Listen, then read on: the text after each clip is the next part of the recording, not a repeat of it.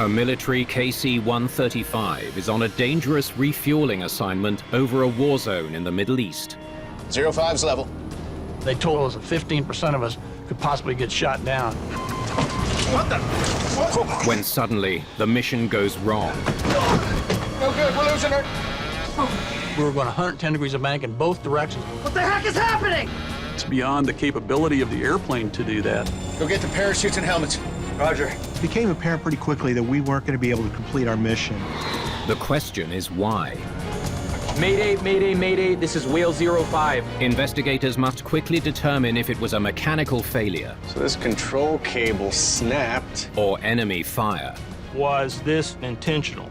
It's very critical to the entire operation to really figure out what happened.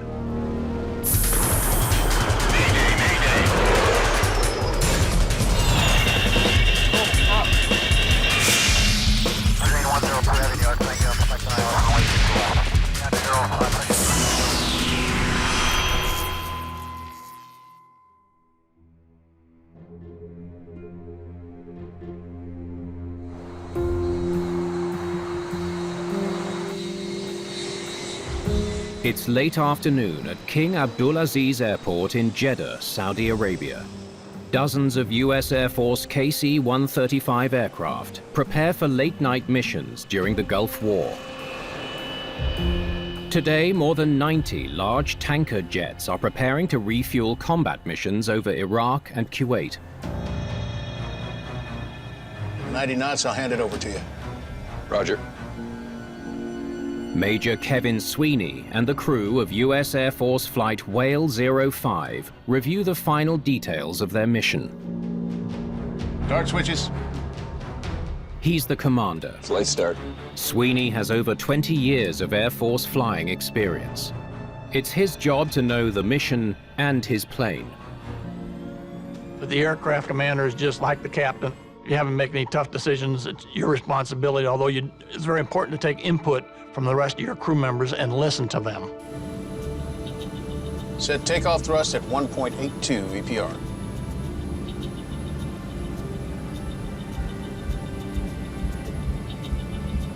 EPR set for takeoff.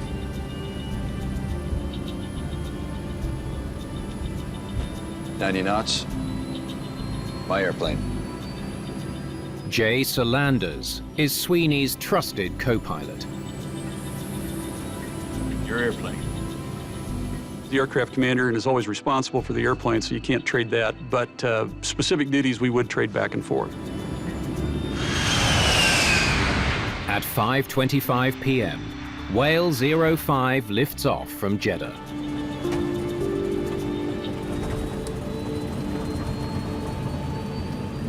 Coalition forces are 2 weeks into Operation Desert Storm, one of the largest bombing campaigns in aviation history. Hundreds of daily bombing runs drive Saddam Hussein's invading Iraqi army out of Kuwait. The size of the American air power contribution, if you will, in Desert Storm just can't be overstated. It was quite astounding. Sweeney and his crew are flying a Boeing KC-135 Stratotanker. The aircraft is similar to Boeing's commercial 707, but is specially designed for mid-air refueling. It really began the jet era, and it is a great airplane. It's true, it's fast, it's strong.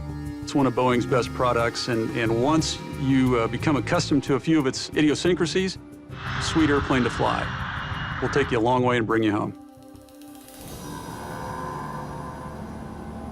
Steve, are you going to transfer from the center tank? Affirmative. 2 units of trim should keep us within the limits. Senior Master Sergeant Steve Stucky is the boom operator. He's critical to the refueling operation. During refueling, he guides the fuel boom to the receiving plane.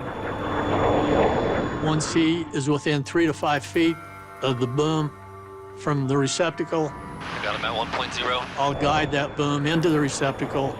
Then we can transfer fuel from the boom into his airplane. The amount of fuel that you can carry, whether in a bomber or a fighter, becomes critical in terms of being able to get to the place that you need to go and bring them back. There simply isn't any other substitute for air refueling. Tonight's mission takes them along a tanker corridor, an aerial highway for tanker crews heading north from Jeddah. When they reach waypoint Rita, they'll turn east before making their final turn to the rendezvous point less than 180 miles from combat zones near the Kuwaiti border. Transition altitude. Set altimeter 2992. Navigator Greg Mermis is in charge of keeping the mission safely on course. We are primarily responsible for running the rendezvous, joining up with the other aircraft to complete the refueling. I knew that Greg was going to do everything to put us in the right position at the right time. Tonight, they'll be refueling an AWACS plane, a radar surveillance and control unit, a prime target for enemy fire. I don't think any of us had any idea what to really expect. You know, they were estimating that 10% of the air refueling fleet was going to probably being shot down. So it was a little bit nerve-wracking. The crew faces Iraqi surface-to-air missiles and more than 700 enemy aircraft, including the dreaded Russian MiG-25. We had F-15s up there, F-16s, and their primary mission was air-to-air, looking for enemy airplanes to come and possibly try to attack an American airplane. To be flying any sort of an airplane in a war zone is surreal. I don't care how much you prepared for it. The ability to think in a volatile environment and to stay very calm is absolutely a requirement of the job. 05's level. Whale 05 reaches cruising altitude. As they get closer to enemy territory, the pilots reduce radio contact to avoid detection. The only other plane in sight is another American KC-135 flying ahead in the same flight corridor.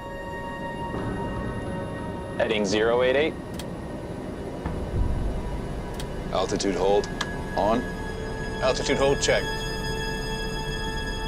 The crew will keep this course for 45 minutes until they rendezvous with the AWACS plane. That was our time to maybe relax a little bit. Nothing really kind of happening except cruising at that point. So I always, used to take the opportunity to go ahead and make my dinner.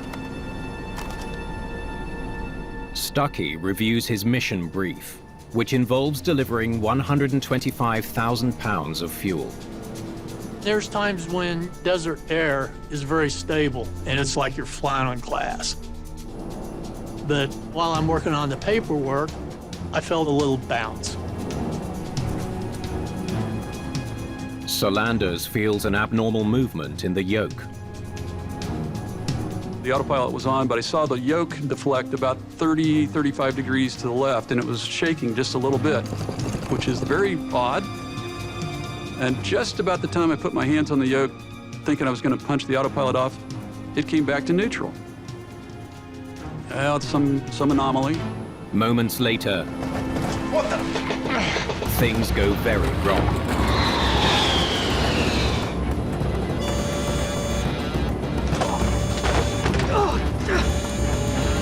I got it. It takes just a second for the plane to roll 110 degrees to the left. What the heck is happening?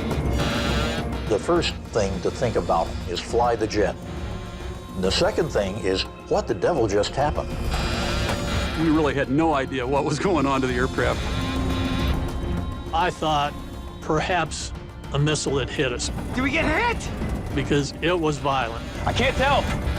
I'd been flying for probably 10 years at that point and been on a lot of missions, but never experienced anything like that. The crew can't tell if there's some kind of malfunction or if they're under attack. We're gonna lose her. We gotta get her level. Just as it seems the plane is in an unrecoverable left bank, it snaps hard to the right. The airplane literally flipped. This is clearly unusual. It's beyond the capability of the airplane to do that. I mean, we're just totally out of control. We were going 110 degrees of bank in both directions. In the galley, Stucky is in trouble. I didn't know what was going on. It seemed like I would get to my feet and then I'd fall down again. It wasn't good. Now there's too much stress. The airplane is very resilient, but it isn't resilient enough to overcome the stresses that would be put on it if you rolled it in the wrong direction and tried to get out of a high-speed dive. If the aircraft banks much further, it will be impossible to recover. But if we didn't get this under control and out of these wild gyrations very quickly, this airplane was going to come apart. And then we're just history.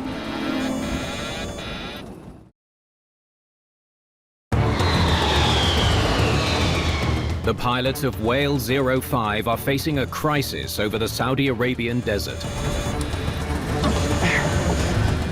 The plane is rolling violently. It's no good. It's no good. We're losing her. I have got to focus on what I'm doing, and I don't have any time for any extraneous thinking. Just when all seems lost, Major Sweeney plays a hunch. Speed brake. Speed brakes are devices on airplane wings designed to increase drag during descent and landing. Sweeney deploys the speed brakes on both wings, hoping it will level the airplane. What happens is when the speed brakes come out, it gives you more roll capability that is manually at your command and less capability for the airplane to go off and do something on its own aerodynamically. It's a procedure Sweeney remembers from his training. It works. I remember leveling out, just amazed that the airplane was still flying. And, you know, everybody's still there. Incredibly, the pilots have managed to level the plane. But they're not out of trouble yet. Right, I have lateral control, but we're losing altitude. We got fire lights on engines 1 and 2. The pilots discover a problem with the two left engines. Jay and I looked at the engine instruments, and they're all over the place. These engine instruments make no sense. Both engines on the left wing have fire lights on, and why that would happen to both of them at the same time is also going through your head. The plane is fully loaded with fuel. Steve, how bad are the fires on engines 1 and 2? Checking. If there's a fire in the engines, it could lead to disaster.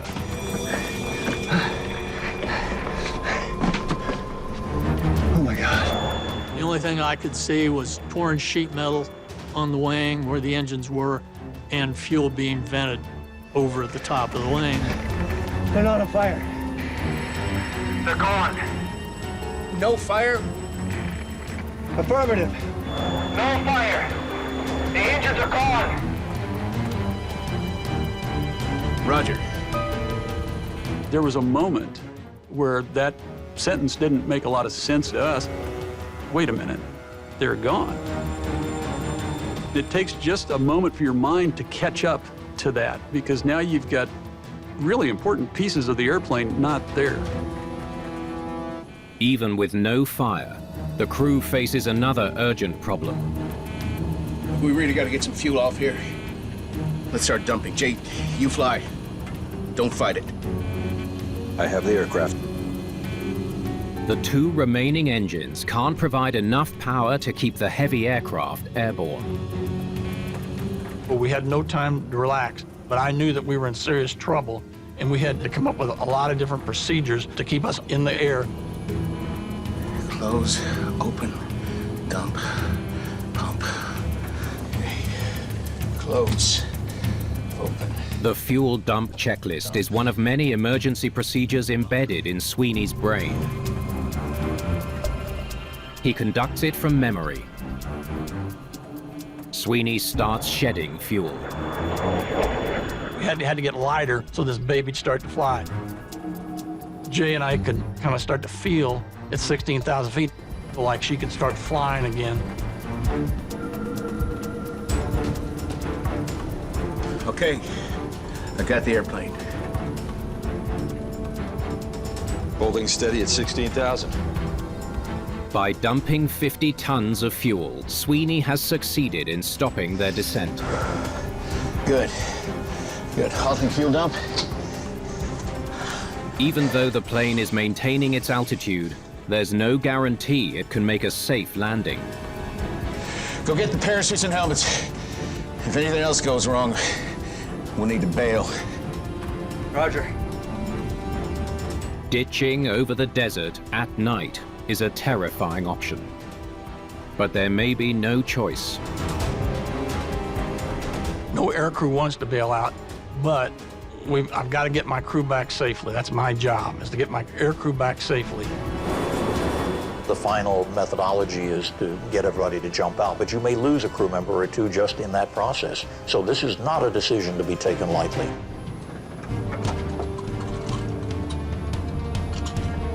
Greg, you get on the radio with AWACS. Call in the Mayday. Roger. Looking for help, the crew contacts their rendezvous aircraft to advise them of the situation. It became apparent pretty quickly that we weren't going to be able to complete our mission. Mayday, Mayday, Mayday, this is Whale 05. We've had an in-flight upset and number 1 and 2 engines have departed the aircraft. I say again, Mayday, Mayday, Mayday. There's no response. It's no good. I think our high-frequency radio is down. It should have worked, but it didn't. We couldn't reach anybody. Alone, with no radio contact, the crew will have to find their own way back to Jeddah. We like our radios, especially when something goes wrong, but they're not going to provide necessarily a hook to come out of the sky and save you. You've got to do that for yourself, including getting back to an airfield. Greg, are your nav instruments working? Yes, INS is functional, radar is still up. Well, give me a heading back to Jeddah. 240, 55 minutes, that's a long time to fly. Copy. Jay, take us to 240. The crew relies on the navigator's skills to find a safe route back. It was just under an hour to get back to Jeddah. It just seemed like an awfully long time to be in an airplane that you were very unsure of. Your airplane. My airplane. With great effort, Sweeney and Salanders wrestle to keep the plane on course to Jeddah.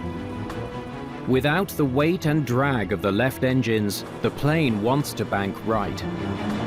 The ailerons and elevators in a KC-135 are not hydraulic. And so I have to fight her back to keep those wings level.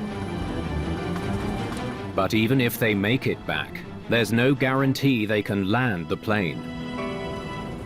We have to do a controllability check. The crew must test their flaps and ailerons. Going back to idle. The flight controls used to stabilize the plane on landing. A big airplane inherently has an ability to be landed if you can keep it under control.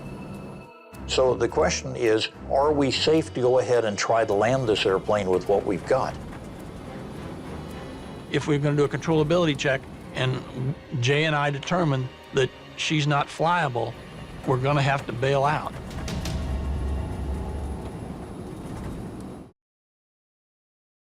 All right, Jay, I want you to slowly bring them down. Roger that. Flying a severely damaged plane near enemy territory, the crew of Whale 05 carefully check that the control surfaces on their plane are safe for landing. There's a moment right before you begin the check that you don't obviously know exactly what's going to happen. If the flaps are damaged, Flaps 10. it could cause an imbalance and make the plane impossible to control.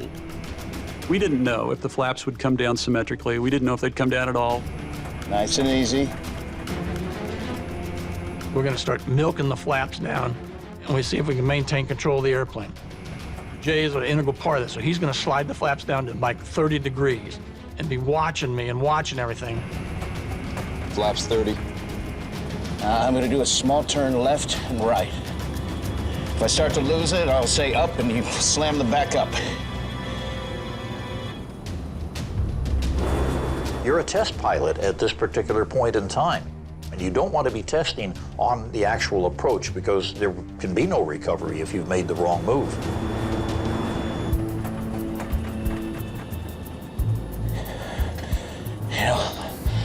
I can land this airplane. Okay, bring the flaps back up to 0. We're gonna go home.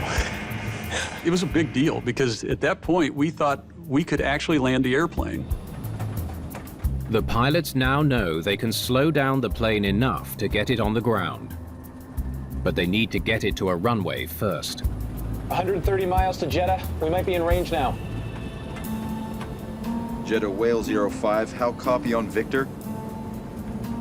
They attempt to contact the controller for assistance. Whale 05 Jeddah. I'm clear, go ahead. Ah, yes sir, this is Whale 05, inbound to Jeddah. Declaring an emergency. Engines 1 and 2 are out.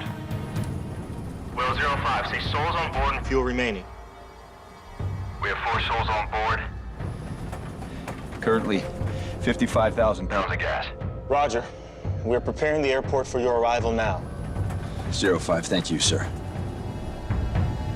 With the airport on standby, the crew begins its landing preparations. Let's look at 2 engines and operative landing. One of the things that I always loved about Air Force flying was our operations manual covered literally everything. Every procedure that you could possibly think of in an emergency, and including in this case, the loss of 2 engines on the airplane. One step will pose a big challenge. Allowed time for manual landing gear extension. When you lose 2 engines like that, it affects a lot of the hydraulics as well. We lost the left side hydraulics, which means the gear have to be lowered manually. Without hydraulic power to lower the landing gear, Stucky will have to do it manually. It's a complicated task. It's a real emergency situation, and you have to do each step in the checklist right. All right, we need to lower by final descent. Can you do it? Yes, sir. I'll get him down. It's a procedure he's only done in training. I'm relying on him to do a stellar job of getting the landing gear down. This is a tight mission. One more thing. Sweeney has an important realization. We gotta pull the anti-skid or we lose our brake pressure. Steve, it should be on the TR bus 2 behind you. There's only enough hydraulic pressure left to apply the brakes once. Sweeney decides to disengage the anti-skid braking system. The anti-skid system, which is similar to the automatic braking system on today's modern cars that don't allow you to lock up the brakes. They'll release, brake, release, and brake. And that's what that anti-skid system is. Got the anti-skid. Confirmed. Confirmed. Disengaging the system will ensure that the remaining hydraulic pressure It's pulled. is used to keep the brakes applied. If I pull that circuit breaker and just put the brakes on once and hold them, I'm going to have full braking power.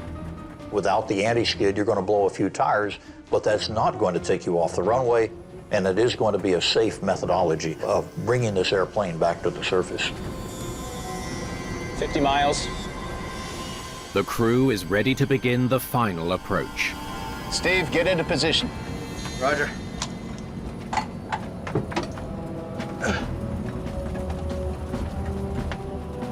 The longer they struggle with the controls, the more tired the pilots become. Jay, it's your turn. I'll take comms. Okay, I got the airplane. Your airplane. Sweeney takes one last break to save his strength for landing. Jeddah, approach Whale 05. Whale 05, go ahead, sir. Jeddah, approach 05. We have the city in sight. We're gonna fly in south of your field from the east here. And come into runway 34 left. No other traffic for the airport at this time. It's all yours. Alrighty, we'll use it and we'll get out of your way shortly. Sweeney briefs the team on his plan for the approach. Okay, we're gonna start high and fast, 210 knots. Jay, you start just slowly. Don't drop the flaps unless everything's looking good. Any questions? No questions. Okay, Steve, drop the nose gear. Standing nose gear. Whale 05 is less than 8 minutes from landing. Nose gear down and locked.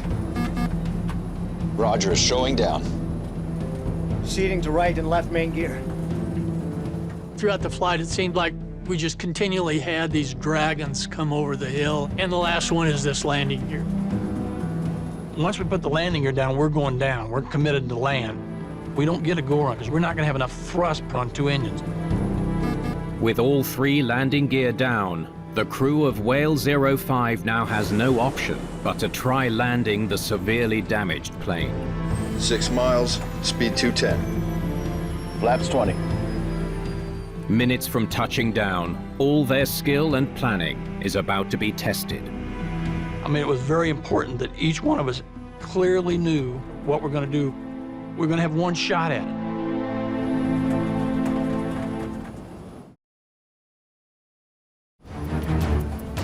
Minimums. Runway in sight. With 2 engines missing, Whale 05 is about to attempt a landing at King Abdulaziz Airport. Runway in sight. It was one of his best approaches probably ever. He was on center line. He was exactly on glide slope. 100 feet. Coming back to idle. Flaps 50. Flaps 50. Looking real good. 50. 40. 30. 20.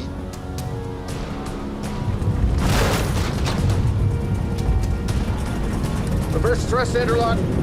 Major Sweeney begins to deploy the reverse thrust on the inboard right engine to help slow the plane. But it has an unintended outcome. As soon as he did that, the left wing started to rise. The powerless left wing is lifting. The right wing could scrape the runway and cause the plane to cartwheel. Not now, not now. And I remember thinking, I'm not going to lose it now, and slammed it down. Without the braking action from full reverse thrust, the plane is quickly running out of runway. He immediately put it back down, and we relied on the brakes. Brakes! Jay was going to put his brakes on too, and we were going to blow a couple tires.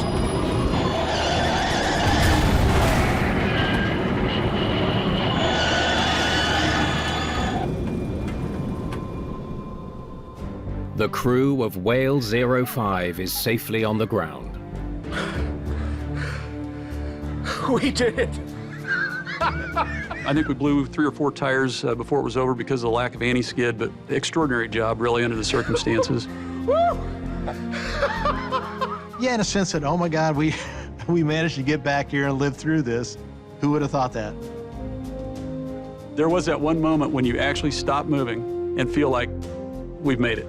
And I think we enjoyed that for maybe a second and then got out of the airplane.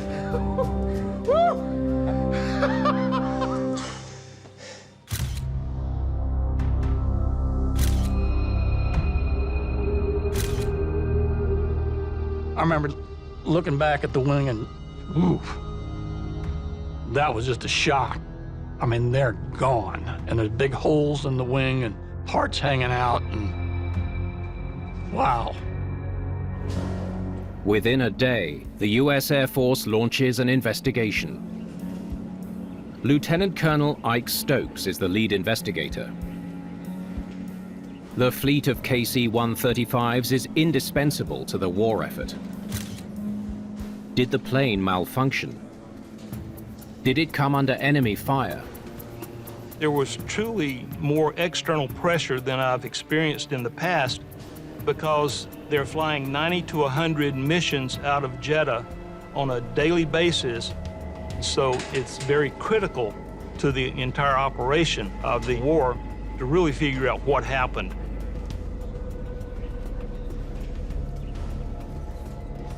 Hard to believe both engines are gone. You're gathering the information, you're analyzing the information. It was just a wonderment to see something like this. Stokes checks for scorch marks and residue from explosives. One thing investigators always consider, was this intentional? Did someone shoot at the plane? If this was an enemy missile, it could mean the threat from Iraq is escalating, putting the entire refueling fleet and the outcome of the war at risk. Let's face it, we're fighting a war. We have a critical asset. These are combat air refueling missions, so if the fighters and bombers do not get the fuel, they can't complete the mission. But evidence of enemy fire is not what Stokes finds. There's no scorch marks or explosive residue.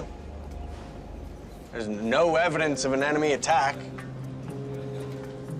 These engines were ripped right off. Stokes wonders what kind of force tore off the plane's left engines. One of the things that we really wanted to do was to find the engines. But at the time, we had no idea as to where to exactly look. We're gonna need those missing engines. Although the navigator did record where the mishap occurred, those engines could be spread over quite an area of desert.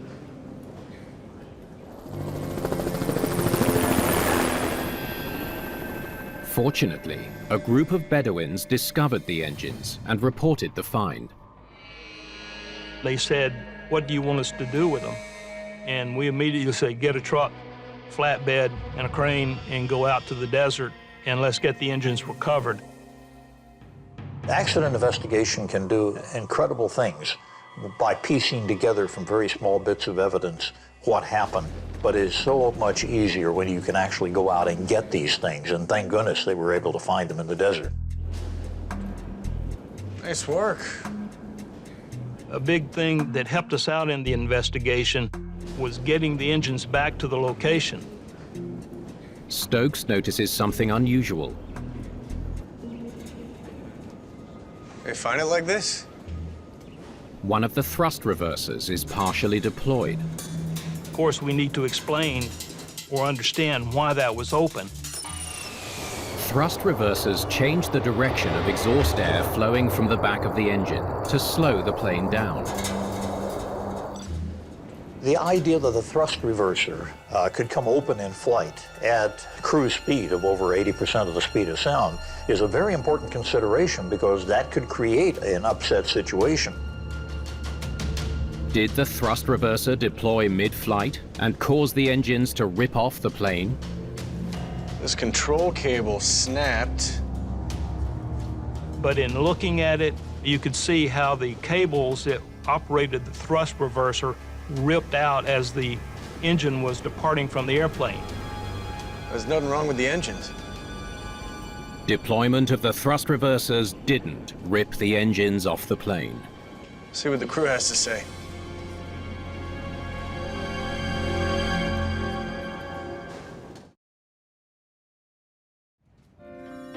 Investigator Ike Stokes wonders if the crew can shed some light on why a KC-135 lost 2 engines mid-flight.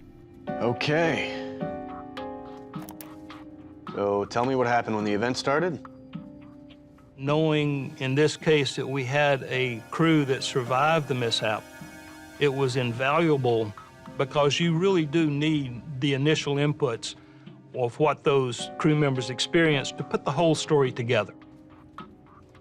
Well, the yoke moved for a second, then it corrected itself. And then out of nowhere, it cranked itself left. At what point in the flight was this? Oh, shortly after reaching cruising altitude. And another KC-135 passed us. Wait, so another plane was passing you? It was on the same flight path, but it had further to go, so we let it pass through.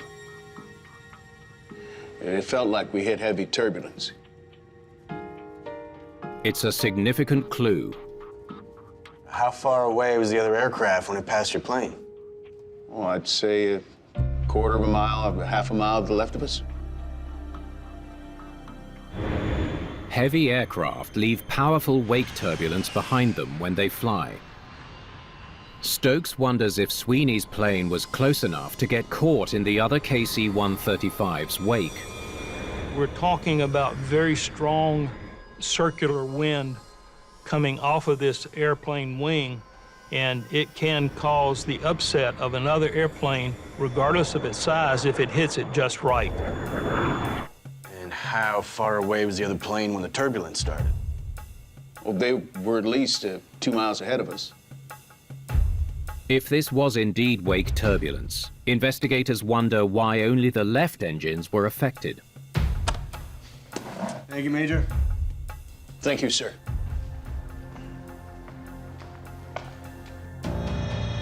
An examination of the right engines might help to reveal what happened. Right engine bolts? Each KC-135 engine is attached to the wing with 3 large bolts. These 4 are completely severed.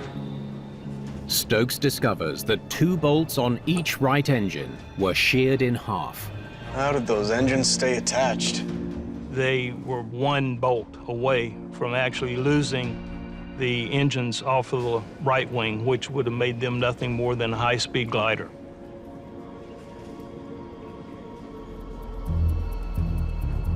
With wake turbulence looking more and more a likely cause, The Whale 05 is at 25,000 feet.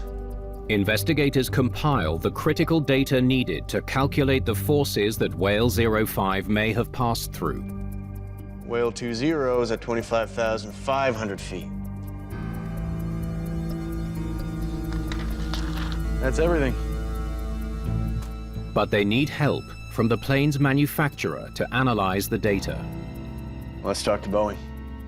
Understanding how the 2 airplanes affected their separation gave us the data necessary to talk with the engineers at Boeing.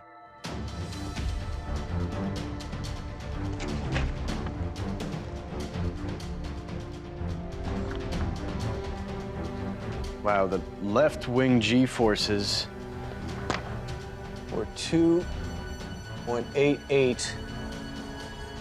That exceeded the structural capability of the pylons, and so they separated from the airplane. And the right wing, 2.61. Let's see what that looks like.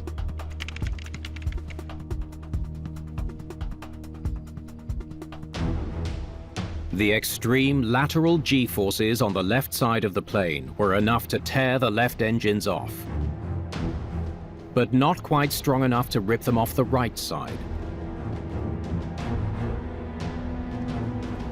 0.14 more Gs on the right side. This plane would have been nothing more but a massive glider. They were very, very close to coming off. The G-force loading was just not enough to sling them off of the airplane. It was said that we had 1 more gyration, and we might have been a high-speed heavyweight glider, but we made it. This leaves investigators with one burning question. And these guys train for lead changes. Why did this mission go sideways?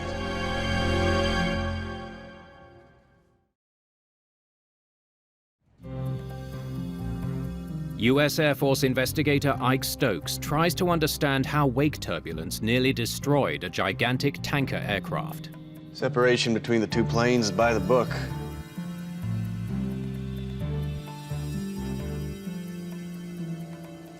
That's it. Wind was 85 knots from the west.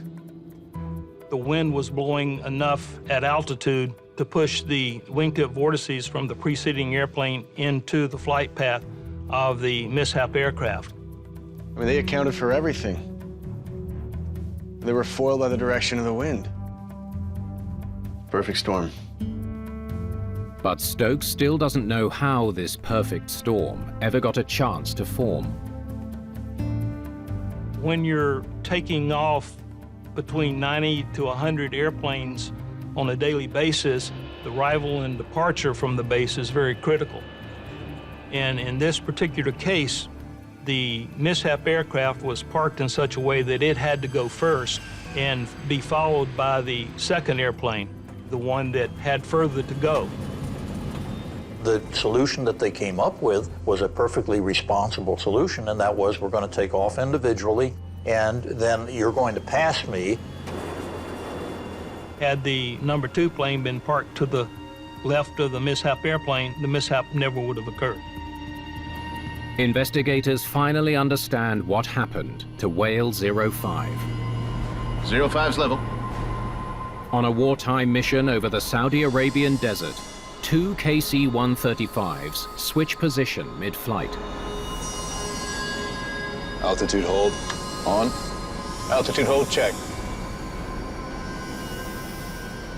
The wake turbulence generated by the passing plane is blown into the path of Whale 05. It creates a tremendous force that flips the plane so violently, G-forces rip both engines off the left wing. I've often heard flying described as hours and hours of sheer boredom, followed by moments of stark raving terror. In this case, the crew experienced that stark raving terror. Now is it too much stress? The oscillations almost push the right engines and the aircraft beyond the point of recovery. Speed brake. But with the quick thinking of a seasoned wartime commander, the plane levels off. Coming back to level flight was a true feat of airmanship. Greg, are your nav instruments working? Yes, INS is functional, radar is still up. Well, give me a heading back to Jeddah.